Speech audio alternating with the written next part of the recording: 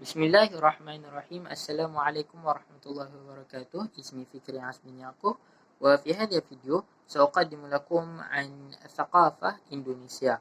وأولا سأتكلم عن بلاد إندونيسيا.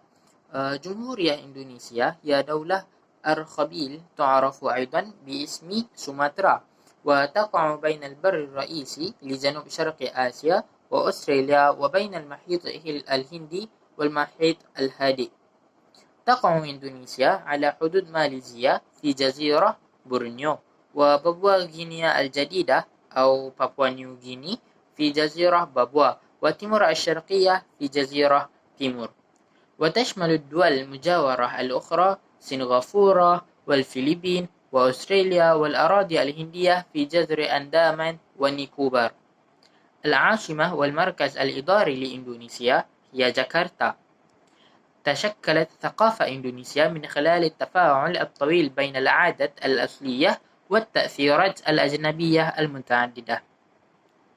تقع إندونيسيا في موقع مركزي على طوال طرق التجارة القديمة بين الشرق الأقصى وجنوب آسيا والشرق الأوسط، مما أدى إلى تأثر العديد من الممارسات الثقافية بشدة بالعديد من الأديان، بما في ذلك البوذية والمسيحية والكونفوشيوسية والهندوسية والإسلام، وكلها قوية في المدن التجارية الكبرى. والنتيجة هي مزيج ثقافي معقد يختلف تماما عن الثقافة الأصلية. مع 18,108 جزيرة، إندونيسيا هي أكبر دولة أرخبيل في العالم. يقدر عدد سكانها ب 265 مليون نسمة في عام 2018، وهي رابع دولة من حيث عدد السكان وأكبر دولة مسلمة في العالم. إندونيسيا جمهورية بها برلمان ورئيس منتخب بشكل مباشر. تشمل الأمثلة على اندماج الإسلام مع الهندوسية المعتقد الجوي الأبانجان.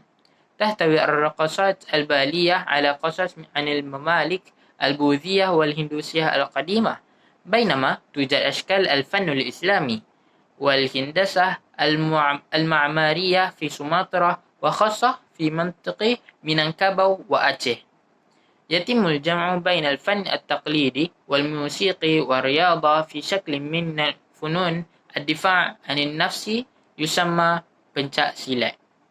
لقد أثر العالم الغربي على إندونيسيا في العلوم والتكنولوجيا والترفيه الحديث، مثل البرامج التلفزيونية والأفلام والموسيقى، فضلا عن النظام والقضايا السياسية.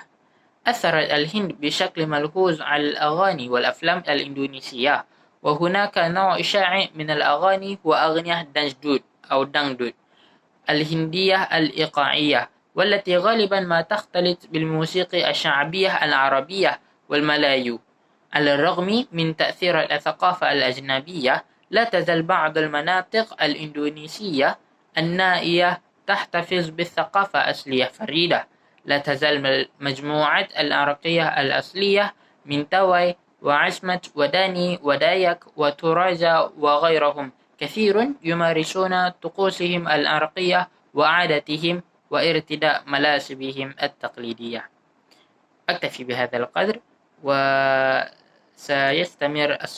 وسيستمر صديقي. من حيث منحوت الخشبية، تم تطوير فن النحت الخشبي جيدا في إندونيسيا. هناك منطقة معينة معروفة جيدا بثقافة النحت الخشبي المقررة، بخلاف المنحوتات الخشبية للفنون القبلية لأسماد وذاتات ودياك ونياس وطرجة. على سبيل المثال، هم جدارا في وسط جاوا وبالي. سأشرح عن فن نحت الخشب الذي مارسه أهل نياس، وفي هذه الحالة وضعوا قمة كبيرة على الأشكال الخشبية. كان الغرض الرئيسي هي تلبية احتياجات المراسم وأداء مراسم مفيدة محددة. عند وفاة شخص مسن تقوم الأسرة بعمل التمثال الخشبي يعرف باسم عدوزتوة، ثم يعكس شكل التمثال الخشبي حالة الشخص الذي استخدمه. كلما كان التمثال أكثر روعة. وبعد ذلك المنحوتات الخشبية الأخرى التي سأتكلم عنها تعرف من التراجيين باسم تصورة أو الكتابة. لذلك فإن المنحوتات الخشبية هي المظهر الثقافي للدرجة. يتلقى كل نحت اسما خاصا، والزخارف الشائعة هي الحيوانات والنباتات التي ترمز إلى بعض الفضيلة. على سبيل المثال تم العثور على سرطانات والضفادع الصغيرة والأعشاب المائية بالشكل الشائع لترمز إلى الخصوبة. من خلاف المناطق يزعم كبار السن النبلاء أن هذه الرموز تشير إلى قوة الأسرة النبيلة، لكن لا يتفق الجميع. وأخيرا يوجد أيضا الخشب المنحوت من القبيلة الأخرى كعصمت، ويتكون فن عصمت من منحوتات خشبية متقنة مثل عمود ديسك، وهو مصمم للتكريم على الجلد. من المعلوم تم نحت عمود ديسك بواسطة النحاتين الدينيين عصمت بعد مقتل أحد أفراد مجتمعهم وتطاردهم من قبل قبيلة معادية. في الواقع نحتت ثمن قطعة واحدة من شجر المنغروف البرية إلى ارتفاعات تصل إلى 25 قدما. وبعد ذلك الفنون العسكرية. أولا بنشاء سلات، إنه فن من أجل البقاء ويمارسه الناس في جميع أنحاء الأرخبيل الإندونيسية. وفي قرون من الحروب القبلية في التاريخ الإندونيسية شكل السلات كما استخدمه المحاربون القدماء في إندونيسيا. من ثم تم استخدام السلات لتحديد رتبة وموقع المحاربين في المملكة الإندونيسية القديمة. علاوة على ذلك قد تطور السلات إلى مناطق الخارج إندونيسيا بشكل رئيسي من خلال الشتات الإندونيسية من مناطق المختلفة مثل أشيه، ريو وميناكاباو. ثم تم حمل السلات ونقله إلى أحفادهم في شبه الجزيرة الملايو والجزر الأخرى. وراء هذا التقليد فنون للدفاع عن نفسه. استخدم مقاتل الاستقلال الإندونيسي السلات أثناء كفاحهم ضد الحكم الاستعماري الحالي. ويوجد في شرق إندونيسيا نوع من فنون الدفاع عن نفس الضرب بالصوت أو العصا. تشاتشي هو أحد من أشكال القتال بالصوت أو العصا. هناك نوعان من تشاتشي، مثلا الصوت أو العصا، وقد يكون الصوت طويلا وقصيرا، ويكون مصنوعا من سيقان النخيل مربوطة ببعضها إما الرتان أو شرائح من جلود الجاموسة، بينما العصا عبارة عن قطعة غير مزخرفة من الخشب أصلب بطول 1 يد و2 بوصة. ومن خلال المباراة يتم إجراء مسابقة تشاتشي بواسطة مقاتلين يتنوبان على الهجوم والدفاع، ويتم قتال الجلد بواسطة منافسين يكونان عادة من قرى مختلفة. ومن الألعاب الشعبية التي توجد في إندونيسيا أولا شونكا. تتطلب هذه اللعبة لوحة خاصة بها 16 حفرة. يتم وضع الأهداف بالتصوير في 14 حفرة على اللوح. يجب على اللاعب الانتزاع القشرة من إحدى الثقوب ووضعها في كل حفرة على اليمين. ثم جباء صدر. يعتمد اسم هذه اللعبة حسب أصل المكان، لكن طريقة وقواعدها تظل كما هي.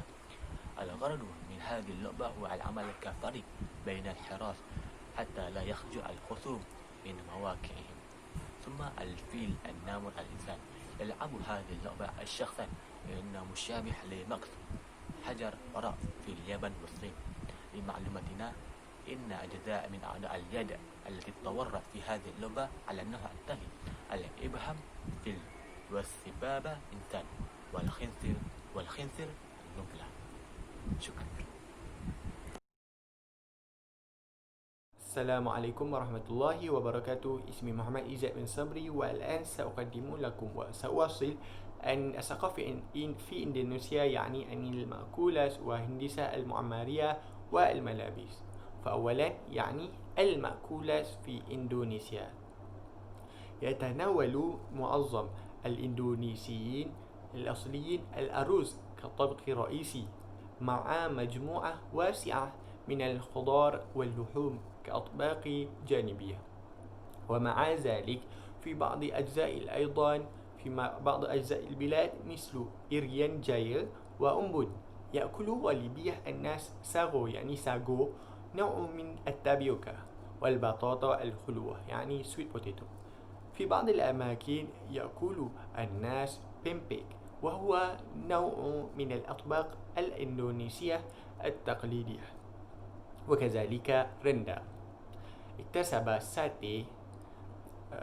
ساتي الذي نشأ من جاوا ومادورا وسومطرة أيضا شعبية كباع متجول للطعام من سنغافورة إلى تايلاند. وبعد ذلك خصائص أن المأكولات عادة ما تكون الأطباق الإندونيسية حارة، وتستخدم كثير مجموعة واسعة من الفلفل الحار والتوابل. هذا فقط. وبعد ذلك الهندسة المعمارية. شكلت الهندسة المعمارية الإندونيسية العامية المستوطنات في إندونيسيا، والتي اتخذت عادة شكل هياكل خشبية مبنية على ركائز متينة يسيطر عليها سقف كبير، كما هو الحال في معظم جنوب شرق آسيا.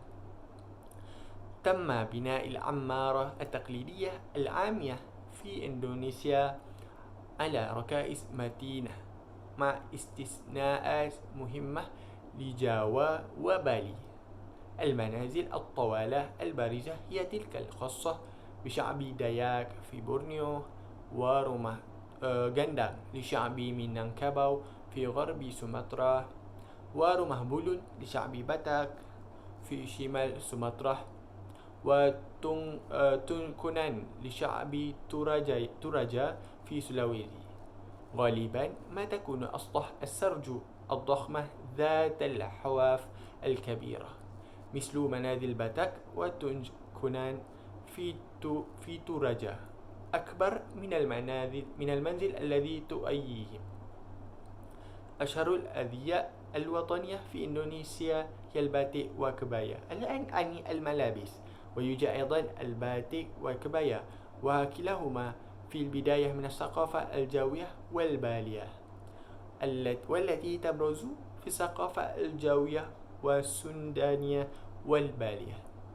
فأولا يعني الباتيك هو قماش مصنوع تقليديا باستخدام تقنية الصباغة اليدوية لمقاومة الشمع تشكيل أنماط معقدة.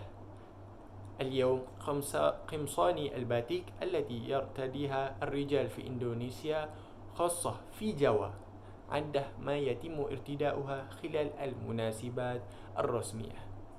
وبعد ذلك الكبايا هو للنساء، هو الزي الوطني للنساء من إندونيسيا، على الرغم من أنه مستوطن بشكل أكثر دقة في شعوب الجاوية والسودانية والبالية.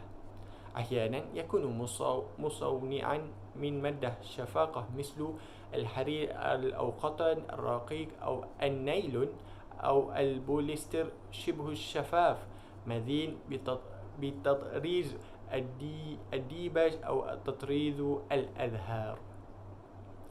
وهذا فقط مني. عن الثقافة الإندونيسية، يعني المأكولات والهندسة المعمارية والملابس.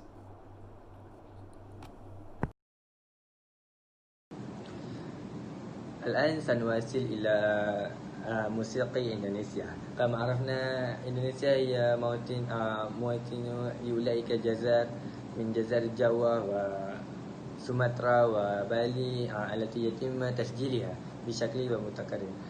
الموسيقى التقليدية لوسط وشرق جاوا وبالي هي جميلة. ثم يوجد نقول في لغة إندونيسيا كرونجong أو في اللغة العربية كرونجong. هو نوع الموسيقي يستخدم القيثار والقيثار كأدوات موسيقية رئيسية. تعود جذور هذا النوع إلى البرتغال، وقد قدمه التجار البرتغاليون في القرون الخامس عشر. طيب، ثم يوجد أوركسترا أنغلوم الموسيقية، وهي موطنها الأصلي في جاوا الغربية على اعتراف الدولي، حيث أدرجت اليونسكو على جاوا الغربية الموسيقية التقليدية المصنوعة من جيران في قائمة التراث الثقافي غير المادي. تختلف الموسيقى ساساندو الناعمة من مقاطعة نوسا تنجار الشرقية في تيمور الغربية تماما. يستخدم ساساندو أداة مصنوعة من ورقة ومشقوقة. ثم نواصل إلى الرقص الإندونيسيا. يعكس الرقص الإندونيسيا تنوع الثقافة من المجموعة العرقية التي تكون الأمة الإندونيسية. مثل الرقص يوجد في إندونيسيا، مثل بالي الرقص، Mahir Mamuna Ar-Raqsu, ثم Piring Ar-Raqsu, and Wapojo Ar-Raqsu. نشأت الرقص الهوتية شهيرة تسمى بوجو في إندونيسيا، وشعبية أيضا في ماليزيا، ولكن في أوائل أبريل 11 سنة اعترف رجال الدين الماليزيون المسلمون الرقصة البوكو للمسلمين لاعتقادهم أنها رقصة مسيحية تقليدية، وأن خطواتها تجعل من علامة الصليب. ثم في الدراما ومسرحي الإندونيسيا يوجد المسرحي الشخص أو نقول في لغة الإندونيسيا wayang orang. هي دراما رقص جاوا تقليدية تستند إلى قصص ويانج. يمكن أيضا تضمين دراما الرقص البالية المختلفة في شكل التقليدي للدراما الإندونيسية. الراندي هو التقليد المسرحي الشعبي للشعب مينانكاباو في غرب سومطرة، وهذا يتم تأديته في احتفالات ومهرجانات تقليدية.